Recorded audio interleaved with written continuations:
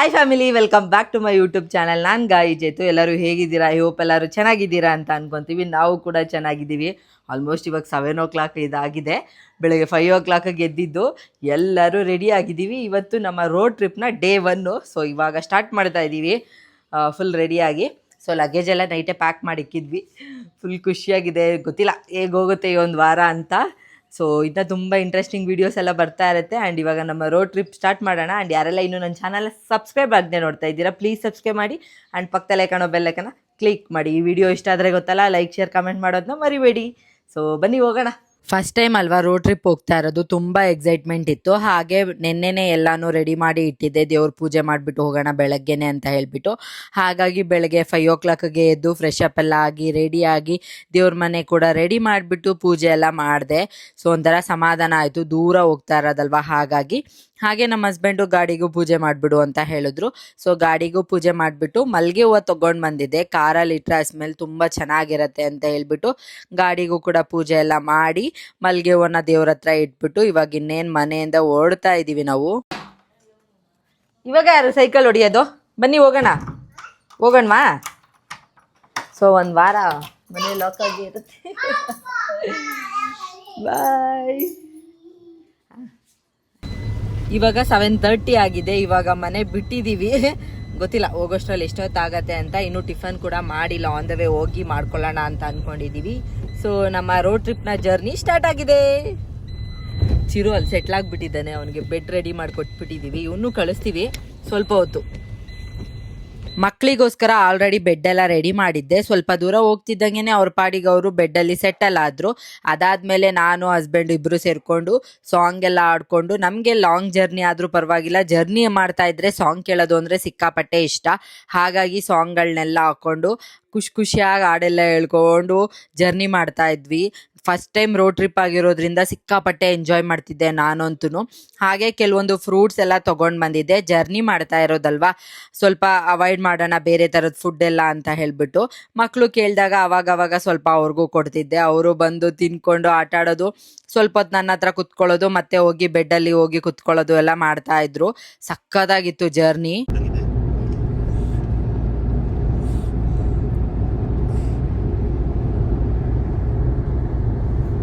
ನಮಗೆ ಭಯ ಇತ್ತು ಮಕ್ಕಳು ಹೇಗಿರ್ತಾರೋ ಏನೋ ಅಂತ ಹೇಳಿಬಿಟ್ಟು, ಬಿಕಾಸ್ ತುಂಬ ದೂರ ಟ್ರಾವೆಲ್ ಮಾಡಬೇಕು ಅಲ್ವಾ ಅಂತ.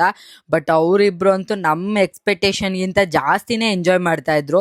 ಅದರಲ್ಲಂತೂ ಬುಜ್ಜಿ ಬೇಬಿ ಅಂತೂ ಅವ್ನ ಫೇವ್ರೆಟ್ ಸಾಂಗ್ಗಳನ್ನೆಲ್ಲ ಹಾಕ್ಕೊಂಡು ಡ್ಯಾನ್ಸ್ ಆಡೋದೇನು ಕೇಳ್ತೀರಾ ನೀವೇ ನೋಡಿ, ಯಾವ ರೇಂಜಿಗೆ ಡ್ಯಾನ್ಸ್ ಆಡ್ತಾ ಇದ್ದಾರೆ ಅಂದರೆ ಅವರು.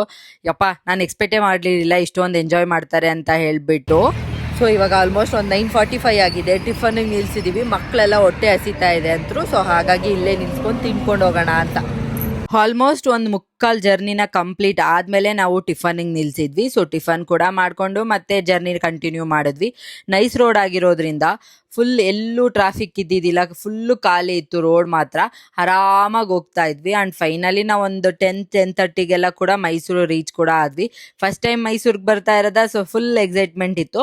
ಫಸ್ಟು ಪ್ಲ್ಯಾನ್ ಮಾಡಿದ್ದು ನಾವು ಚಾಮುಂಡಿ ಬೆಟ್ಟಕ್ಕೆ ಹೋಗೋಣ ಅಂತ. ಸೊ ಈ ಜರ್ನಿನ ದೇವಸ್ಥಾನದಿಂದನೇ ಸ್ಟಾರ್ಟ್ ಮಾಡೋಣ ಅಂತ ಹೇಳ್ಬಿಟ್ಟು ಫಸ್ಟೇ ಪ್ಲ್ಯಾನ್ ಮಾಡಿದ್ವಿ. ಸೊ ಹಾಗಾಗಿ ಇವಾಗ ನಾವು ಚಾಮುಂಡಿ ಬೆಟ್ಟಕ್ಕೆ ಹೋಗ್ತಾ ಇದ್ದೀವಿ. ರೋಡ್ ಮಾತ್ರ ಒಂಥರ ಪೀಸ್ಫುಲ್ ಆಗಿತ್ತು ನೋಡೋಕ್ಕೆ. ಆ್ಯಂಡ್ ಫೈನಲಿ ನಾವು ಚಾಮುಂಡಿ ಬೆಟ್ಟ ಕೂಡ ರೀಚ್ ಆದ್ವಿ. ಕಾರ್ನ ತೊಗೊಂಡೋಗಿ ಪಾರ್ಕಿಂಗ್ ಲಾಟಲ್ಲಿ ಪಾರ್ಕ್ ಮಾಡಿಬಿಟ್ಟು ಹಾಗೆ ನಾವು ಕೂಡ ರೆಡಿಯಾಗಿ ಇವಾಗ ದೇವಸ್ಥಾನದೊಳಗೆ ಹೋಗಬೇಕು. ನೋಡೋಣ ಹೇಗಿರುತ್ತೆ ದೇವಸ್ಥಾನ ಅಂತ. ಆ್ಯಂಡ್ ನಾನು ಕೂಡ ಡ್ರೆಸ್ ಚೇಂಜ್ ಮಾಡಿಕೊಂಡೆ. ನಾನು ಸ್ಯಾರಿ ಹಾಕೋಬೇಕು ಅಂತ ಪ್ಲ್ಯಾನ್ ಮಾಡಿ ಎಲ್ಲನೂ ತೊಗೊಂಡು ಬಂದಿದ್ದೆ. ಬಟ್ ಅಲ್ಲಿ ಡ್ರೆಸ್ ಚೇಂಜ್ ಮಾಡೋಕ್ಕೆ ಪ್ಲೇಸೇ ಇರಲಿಲ್ಲ. ಹಾಗಾಗಿ ಸ್ಯಾರಿ ಎಲ್ಲ ಹಾಕೊಳ್ಳೋಕ್ಕೆ ಆಗಿಲ್ಲ. ಸರಿ ಅಂತ ಹೇಳಿಬಿಟ್ಟು ಇವಾಗ ರೆಡಿಯಾಗಿ ದೇವಸ್ಥಾನಕ್ಕೆ ಹೋಗ್ತಾ ಇದ್ದೀವಿ. ಫಸ್ಟ್ ಟೈಮ್ ನಾವು ಇವತ್ತು ಮೈಸೂರಲ್ಲಿರೋ ಚಾಮುಂಡಿ ಬೆಟ್ಟಕ್ಕೆ ಬಂದಿದ್ದೀವಿ. ಸೊ ಹೆಂಗಿದೆ ನೋಡಿ, ಇವಾಗ ದೇವಸ್ಥಾನಕ್ಕೆ ಹೋಗ್ತಾ ಇದ್ದೀವಿ. ಸಖತ್ತಾಗಿದೆ. ಫಸ್ಟ್ ಟೈಮ್ ನೋಡ್ತಾ ಇರೋದು ನಾನಂತೂ. ಸ್ವಲ್ಪ ಮಕ್ಕಳನ್ನು ಹುಷಾರಾಗಿ ನೋಡ್ಕೋಬೇಕು ಅಷ್ಟೇ. ಜನ ಇದ್ದಾರೆ ಇವತ್ತು, ಮಂಗಳವಾರ ಬೇರೆ, ಬಟ್ ಜನ ತುಂಬ ಇದ್ದಾರೆ ಅಲ್ಲಿ. Full shopping. ಇಲ್ಲಿ ನೋಡಿ ಎಷ್ಟು ಐಟಮ್ ಇದೆ ಅಂತೂ. ಮಕ್ಕಳನ್ನ ಸುಧಾರಿಸ್ಕೊಂಡು ಕರ್ಕೊಂಡು ಹೋಗೋದೇ ಇರೋದು ಇವಾಗ. ಎತ್ಕೋ ಅಂತ ಒದ್ದಾಡ್ತಿದ್ದಾನ ಅವನು. ಹಾಯ್ ಹೇಳು ಹಾಯ್. ಅವನಿಗೆ ಆಟ ಸಾಮಾನು ಬೇಕಂತ ಇವಾಗಲೇ. ಇಲ್ಲಿ ನೋಡಿ ಎಷ್ಟು ಶಾಪಿಂಗ್ ಇದೆ. ಫಸ್ಟ್ ಟೈಮ್ ನೋಡ್ತಾ ಇರೋದು, ಬಟ್ ಸಿಕ್ಕಾಪಟ್ಟೆ ಖುಷಿ ಆಗ್ತಾ ಇದೆ. ಫಸ್ಟು ಹೋಗಿ ದೇವಸ್ಥಾನಕ್ಕೆ ಹೋಗಿ ಬಂದುಬಿಡ್ಬೇಕು. ಆಮೇಲೆ ನೋಡೋಣ ಶಾಪಿಂಗ್ ಎಲ್ಲ. ಆ್ಯಂಡ್ ಫೈನಲಿ ದೇವಸ್ಥಾನದ ಹತ್ರ ಬಂದ್ವಿ. ಮೈಸೂರಿಗೆ ಬಂದಮೇಲೆ ಮಲ್ಲಿಗೆ ಹೂವು ಮುಡ್ಕೊಂಡಿಲ್ಲ ಅಂದರೆ ಹೇಗೆ ಅಂತ ಹೇಳ್ಬಿಟ್ಟು ಹಸ್ಬೆಂಡ್ ಹೂವು ಕೊಡಿಸಿದ್ರು. ಸರಿ ಅಂತ ಹೇಳ್ಬಿಟ್ಟು ನಾನು ಆಲ್ರೆಡಿ ಪಿನ್ನೆಲ್ಲ ತೊಗೊಂಡು ಹೋಗಿದ್ದೆ. ಅಲ್ಲೇ ಹೂವೆಲ್ಲ ಮುಡ್ಕೊಂಡು ಇವಾಗ ದೇವಸ್ಥಾನದ ಒಳಗಡೆ ಹೋಗಬೇಕು. ಶಾಪಿಂಗ್ ಸ್ಟ್ರೀಟಲ್ಲಿ ತುಂಬ ರಶ್ ಇತ್ತು. ಒಳಗಡೆ ಹೇಗಿರುತ್ತೋ ಏನೋ ಅಂತ ಅಂದ್ಕೊಂಡೇ ಹೋದ್ವಿ. ತುಂಬ ರಶ್ ಇದೆ ಇವತ್ತು. ಅಂದ್ಕೊಂಡೇ ಇದ್ದಿದ್ದಿಲ್ಲ, ಎಕ್ಸ್ಪೆಕ್ಟ್ ಮಾಡಿರಲಿಲ್ಲ ಇಷ್ಟೊಂದು ರಶ್ ಇರುತ್ತೆ ಅಂತ. ಸೊ ಹಾಗಾಗಿ ಟಿಕೆಟ್ ತೊಗೊಂಡು ಹೋಗೋಣ ಅಂತ ಬಂದಿದ್ದೀನಿ. ಬನ್ನಿ, ಇಲ್ಲೇ 200 2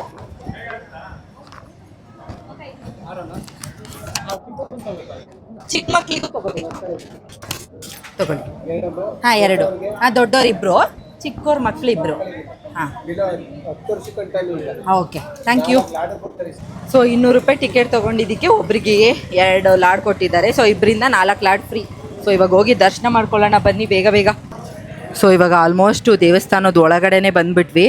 2 ಮಿನಿಟ್ಸ್ ಅಷ್ಟೇ ಆಗಿದ್ದು. ಸೊ ಇದೇ ದೇವಸ್ಥಾನ ಒಳಗಡೆ ಹೋಗ್ತಾ ಇದ್ದೀವಿ. ಟಿಕೆಟ್ ತೊಗೊಂಡಿದ್ದಕ್ಕೆ ಬೇಗನೆ ಕೂಡ ದರ್ಶನ ಕೂಡ ಆಯಿತು. ಮಗು ಕೈಯಲ್ಲೇ ನಾನು ಉಂಡಿಗಿಲ್ಲೇ ದುಡ್ಡೆಲ್ಲ ಹಾಕಿಸ್ಬಿಟ್ಟೆ. ಬಿಕಾಸ್ ನಿಮಗೆ ಗೊತ್ತು, ದೊಡ್ಡ ದೊಡ್ಡ ದೇವಸ್ಥಾನ ಅಂದರೆ ಅಲ್ಲಿ ಒಂದು ಸೆಕೆಂಡು ಕೂಡ ನಿಲ್ಲಿಸಲ್ಲ. ಬೇಗ ಬೇಗ ದೇವ್ರನ್ನ ನೋಡಿಕೊಂಡು ಹಾಗೆ ಹೋಗ್ಬಿಡ್ಬೇಕು. ಹಾಗಾಗಿ ಹೊರ್ಗಡೆಯಿಂದನೇ ನಾವು ಪ್ರಿಪೇರ್ ಆಗಿದ್ವಿ. ಸೊ ಇಲ್ಲೂ ಕೂಡ ಹಾಗೆ ಆಯಿತು. ತುಂಬ ರಶ್ ಬೇರೆ ಇತ್ತು. ಮಂಗಳವಾರ ಹೋಗಿದ್ದು, ಬಟ್ ಸಮ್ಮರ್ ವೆಕೇಷನ್ ಅಂತ ಅನಿಸುತ್ತೆ. ಸಿಕ್ಕಾಪಟ್ಟೆ ರಶ್ ಇತ್ತು. ಆ್ಯಂಡ್ ದೇವ್ರ ದರ್ಶನ ಕೂಡ ತುಂಬ ಚೆನ್ನಾಗಾಯಿತು. ದೇವ್ರ ದರ್ಶನ ಮಾಡಿಕೊಂಡು ನೋಡಿ ಎಷ್ಟು ರಶ್ ಇದೆ ಅಂತ ಹೇಳಿಬಿಟ್ಟು. ಆ್ಯಂಡ್ ಫೈನಲಿ ಹೊರಗಡೆ ಬರೋಷ್ಟರಲ್ಲಿ ಸಾಕಾಗೋಯ್ತು. ಸಮ್ಮರ್ ಅಲ್ವಾ, ಸಿಕ್ಕಾಪಟ್ಟೆ ಸೆಕೆ ಆಗ್ತಾ ಇತ್ತು. ಒಳಗಡೆ ಕೂಡ ಅಷ್ಟು ಜನ ಇದ್ರ. ಸೊ ಹಾಗಾಗಿ ಆ್ಯಂಡ್ ಹೊರಗಡೆ ಎಲ್ಲ ಬಂದಮೇಲೆ ಫೋಟೋ ಇಟ್ಕೊಳ್ಳೋದೇ ಒಂದು ಸಾಹಸ ಆಗೋಗ್ಬಿಟ್ಟಿತ್ತು ನಮಗೆ. ಬಿಕಾಸ್ ಅಷ್ಟು ಜನ, ಅದು ಟೆಂಪಲ್ ನಮಗೆ ಕಾಣಿಸ್ತಾನೆ ಇಲ್ಲ. ಆಮೇಲೆ ಮಕ್ಕಳು ಬಿಸಿಲಿಗೆ ಐಸ್ ಕ್ರೀಮ್ ಬೇಕು ಅಂತ ಹೇಳಿದ್ರೆ, ಹಾಗಾಗಿ ಹಸ್ಬೆಂಡ್ ಐಸ್ ಕ್ರೀಮ್ ಕೊಡಿಸಿದ್ರು. ಸೊ ಅದನ್ನು ತಿನ್ಕೊಂಡು ಕಾಲಿಡೋಕ್ಕೂ ಆಗ್ತಿದ್ದಿಲ್ಲ, ಅಷ್ಟು ಸುಡ್ತಾ ಇತ್ತು. ಆಮೇಲೆ ನಾವು ಕೂಡ ಫೋಟೋ ಎಲ್ಲ ತೆಗೆಸ್ಕೊಳ್ಳೋಣ ಅಂತ ಹೇಳ್ಬಿಟ್ಟು ಮುಂದೆ ಬಂದು ನಿಂತ್ಕೊಂಡ್ವಿ. ಫಸ್ಟ್ ಟೈಮ್ ಚಾಮುಂಡಿ ಬೆಟ್ಟಕ್ಕೆ ಬಂದಿರೋದ್ರಿಂದ ನಾನು ತುಂಬ ಆಸೆ ಪಟ್ಟು ಅಲ್ಲಿ ಫೋಟೋಗ್ರಾಫರ್ ಎಲ್ಲ 100 ರೂಪೀಸಿಗೆ ಫೋಟೋ ಇಟ್ಕೊಡ್ತಿರ್ತಾರಲ್ಲ, ಅದನ್ನು ಮಾಡ್ಕೊಳ್ಳೋಣ ಅಂತ ಹೇಳ್ಬಿಟ್ಟು ಫೋಟೋ ಇಡ್ಸ್ಕೊಂಡೆ. ತುಂಬ ಚೆನ್ನಾಗಿ ಬಂದಿತ್ತು. ಪ್ರಿಂಟ್ ಕೂಡ ಹಾಕಿ ಕೊಟ್ಟರು. ಅದಾದಮೇಲೆ ಇವಾಗ ನಾವು ಶಾಪಿಂಗ್ ಮಾಡೋಕ್ಕೆ ಅಂತ ಹೋಗ್ತಾ ಇದ್ದೀನಿ. ನನಗೊಂದು ಆಸೆ, ಎಲ್ಲೆಲ್ಲಿ ಟ್ರಾವೆಲ್ ಮಾಡ್ತೀವೋ ಆ ಊರಿಂದ ಎಲ್ಲ ಫ್ರಿಜ್ ಮ್ಯಾಗ್ನೆಟ್ ಕಲೆಕ್ಟ್ ಮಾಡಬೇಕು ಅಂತ ಹೇಳ್ಬಿಟ್ಟು. ಸೊ ಹಾಗಾಗಿ ಮೈಸೂರಿಗೆ ಬಂದಿದ್ನ ಇಲ್ಲೂ ಕೂಡ ಇತ್ತು ಫ್ರಿಜ್ ಮ್ಯಾಗ್ನೆಟ್. ಅದನ್ನ ತಗೊಳ್ಳೋಣ ಅಂತ ಹೇಳ್ಬಿಟ್ಟು ಒಂದು ತುಂಬಾ ವೆರೈಟಿ ಇತ್ತು. ನನಗೆ ಮೈಸೂರು ಅಂದ್ರೆ ಫಸ್ಟ್ ನೆನಪಾಗೋದೇ ಅರಮನೆ. ಹಾಗಾಗಿ ಅರಮನೆ ಥೀಮ್ ಅಲ್ಲಿರೋ ಒಂದು ಫ್ರಿಜ್ ಮ್ಯಾಗ್ನೆಟ್ ನ ತಗೊಂಡೆ. ಸೊ ಫೈನಲಿ ದರ್ಶನ ಎಲ್ಲ ಮುಗಿದ್ದು, ಫೋಟೋಸ್ ಎಲ್ಲ ಇಡ್ಸ್ಕೊಂಡ್ವಿ. ಇವಾಗ ಶಾಪಿಂಗ್ ರೋಡ್ಗೆ ಬಂದಿದ್ದೀವಿ. ಶಾಪಿಂಗ್ ಸ್ವಲ್ಪ ಏನಾದರೂ ಶಾಪಿಂಗ್ ಮಾಡಿಕೊಂಡು ಹೊರಡೋದು ಅಷ್ಟೇ. ಮೇನ್ ಮಕ್ಕಳಿಗೆ ಇವರೇ ತಲೆ ತಿಂತಾ ಇರೋದು. ಸೊ ಅವ್ರಿಗೊಂದು ಸ್ವಲ್ಪ ಏನಾದರೂ ಕೊಡಿಸ್ಕೊಂಡು ಹೊರಡಬೇಕು ಅಷ್ಟೇ. ಇವಾಗ